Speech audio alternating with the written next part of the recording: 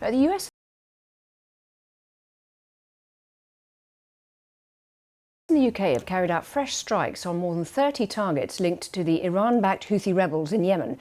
They were supported by 6 other countries as they continue attempts to stop the Houthis targeting ships in the Red Sea.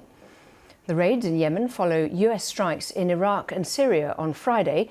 85 sites were hit in retaliation for the killing in Jordan of 3 American soldiers by Iranian-backed militants. Louisa Pilbeam has the very latest.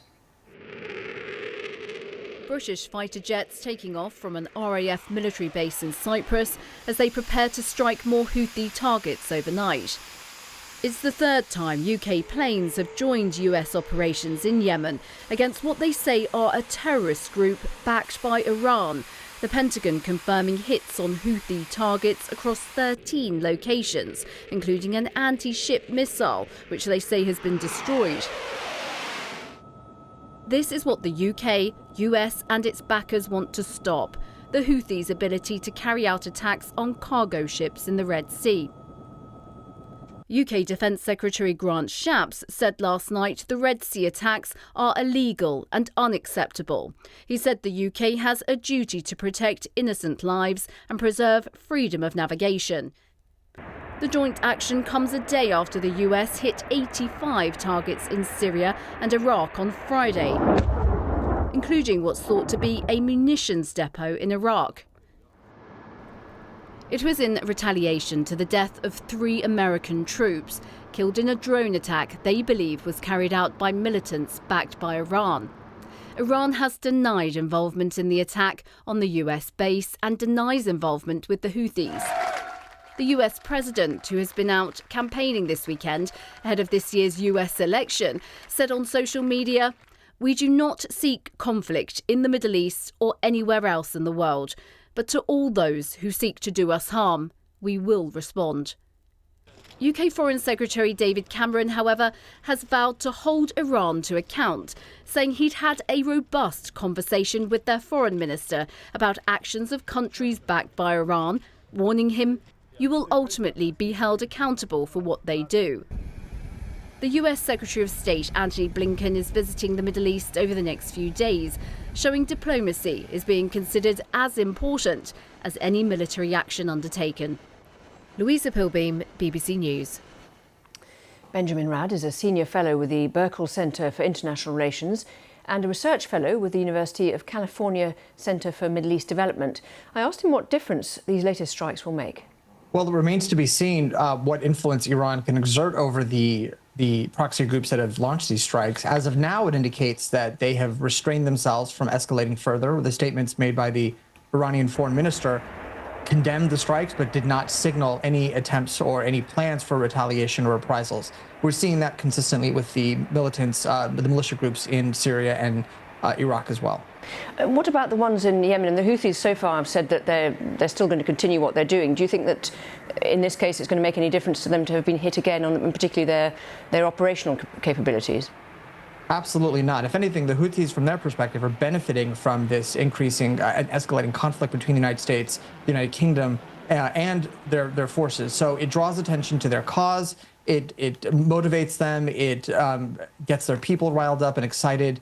And from their opinion, it justifies the actions they're taking. So they're using the opportunity of the Gaza war as a front, as an opening to really exert their influence. And again, all of this is controlled by Iran, both to a great extent, given their funding and logistical support, but also because Iran is attempting to project its power beyond its borders. I mean, you mentioned the role of Iran there. So it has denied that it actually controls what these groups do. So how do you think Iran is going to respond in these latest cases? If Iran opted to cease funding them, cease training them, providing them with intelligence, logistical support, and weaponry, these attacks will come to an end. It's plain and simple. Now, Iran cannot pick up the phone and directly contact a militia leader and say, do not fire or go ahead and do so. But what they can do is control the supply of resources that they need in order to make these missions successful. So if and when Iran chooses to exercise that option, it can do so. It has not indicated it is willing to de-escalate in the Red Sea, but it has signaled that it will de-escalate in and around Syria and Iraq. And what about the impact of all of this on efforts to try and bring about a ceasefire for the Gaza conflict? That's the complicated part. Now, these negotiations that have been taking place between the United States, the Egyptians, the Qataris, Hamas representatives, and the Israeli officials seem to be moving forward. But now indications show that there's a split in the Hamas leadership about the length, the duration, or the type of ceasefire, whether it would be a 30-day pause, 45-day pause. Hamas leaders want a permanent one. And right now, it seems all efforts are stalled, but it doesn't look like it's connected to what's taking place in and around Iraq and Syria and the U.S. Strikes against proxy forces there. And how achievable do you think it is, given what we're seeing in the region and the kind of tensions that there are? Do you think that it is still achievable to get to some kind of agreement?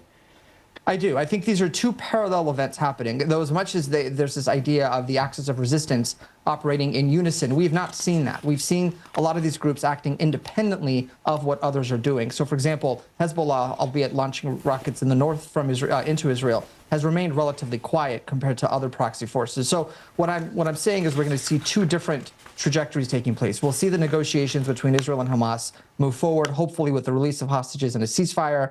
That is not going to impact necessarily what is happening with the proxy groups launching attacks against United States, UK, and allied coalition forces or on commercial ships. That's going to be separate.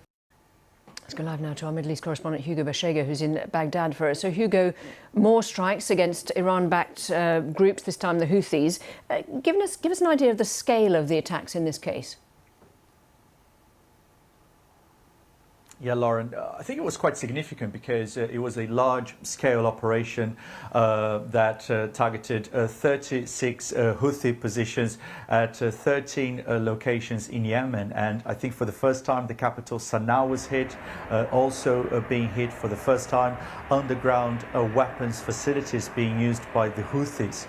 And the Americans are also saying that they hit air defense systems and missile launchers. So the goal here is to degrade the ability that the Houthis have to carry out these attacks on commercial vessels in the Red Sea and in the Gulf of Aden. But at the same time, we're seeing that so far these attacks by this coalition being led by the Americans have been unable to stop the Houthis, and the Houthis, who are supported by Iran, they say that these attacks are going to continue unless there is a ceasefire in Gaza. And obviously these latest attacks happened less than 24 hours after the American airstrikes targeting Iranian interests in Syria and also here in Iraq.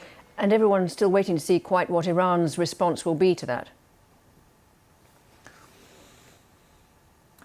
Exactly, and as expected, there were some strong words coming from Tehran, but we haven't seen any kind of major threat. And I think the Americans, again, just like in Yemen, they have calibrated their attacks here. They, targeted infrastructure being used by those Iranian-backed militias, also by Iran's Revolutionary Guards in Syria and Iraq. We know that the Iranians have a very large presence in both countries in terms of the infrastructure they use, but also in terms of the number of people that they have on the ground.